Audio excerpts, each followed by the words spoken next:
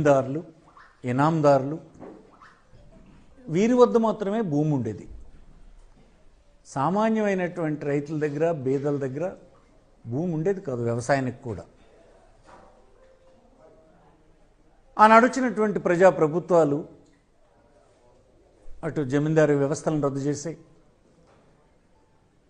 ఇనాములు రద్దు చేశారు, ఎస్టేట్లు రద్దు చేశారు. ఉన్నటువంటి భూమిని అందుబాటులోకి వచ్చినటువంటి భూమిని ప్రజలకు ఇవ్వాలి అన్నటువంటిది పెట్టుకుని పంపిణీ చేసే కార్యక్రమం చేశారు.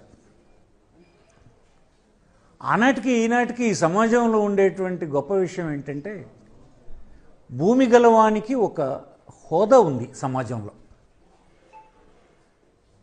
ఒకటి ఉపాధి కలిగించడమే కాకుండా అతనికి ఇస్తున్నటువంటి హోదా కూడా భూమి ద్వారా ఇస్తున్నామన్నటువంటి సంతృప్తి ప్రభుత్వాలకు ఉండేది, సమాజంలో వాళ్ళకు లభించేది. ఈ నేపథ్యంలో ఇచ్చినటువంటి భూమి 52 నుంచి 54 వరకు ఇచ్చినటువంటి భూమి గలవారుగా వారి హోదాలను పెంచడానికి ప్రభుత్వం భూమి పంపిణీ చేస్తుంటే వాళ్ళు భూమి అమ్మేస్తూ ఉండేవారు. ఇంత చైతన్యం అన్నాడు లేదు.